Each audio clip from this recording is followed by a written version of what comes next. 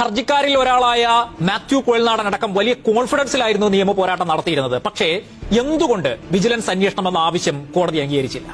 റാഷിദ്, വലിയ കോൺഫിഡൻസ് ഒക്കെ ഉണ്ടായിരുന്നു, പക്ഷെ കയ്യിൽ രേഖകളൊന്നും ഉണ്ടായിരുന്നില്ല എന്നുള്ളതാണ് പ്രശ്നം. റാഷിദ്, വലിയ കോൺഫിഡൻസ് ഒക്കെ ഉണ്ടായിരുന്നു, പക്ഷെ കയ്യിൽ രേഖകളൊന്നും ഉണ്ടായിരുന്നില്ല എന്നുള്ളതാണ് പ്രശ്നം. കാരണം ഇതേ സമാനമായ കാര്യം ചൂണ്ടിക്കാട്ടിയാണ് മാത്യു കുഴൽനാടൻ എംഎൽഎയുടെ ഹർജി തിരുവനന്തപുരം വിജിലൻസ് കോടതി തള്ളിയത്.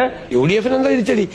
അത് ഇപ്പം കേസ് കൊടുത്ത മാത്യു കുഴൽനാടൻ അതുമായിട്ട് മുന്നോട്ട് പോകുമെന്ന് പറഞ്ഞിട്ടുണ്ട്.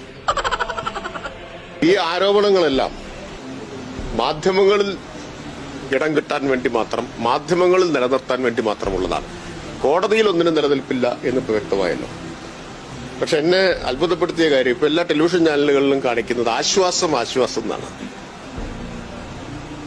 പ്രതിപക്ഷം പൊളിഞ്ഞു എന്നല്ല എഴുതി കാണിക്കേണ്ടത്, പ്രതിപക്ഷത്തിന്റെ പരാജയം എന്നല്ല എഴുതി കാണിക്കേണ്ടത്. ഇതിനെന്ത് ആശ്വാസിക്കുന്നു?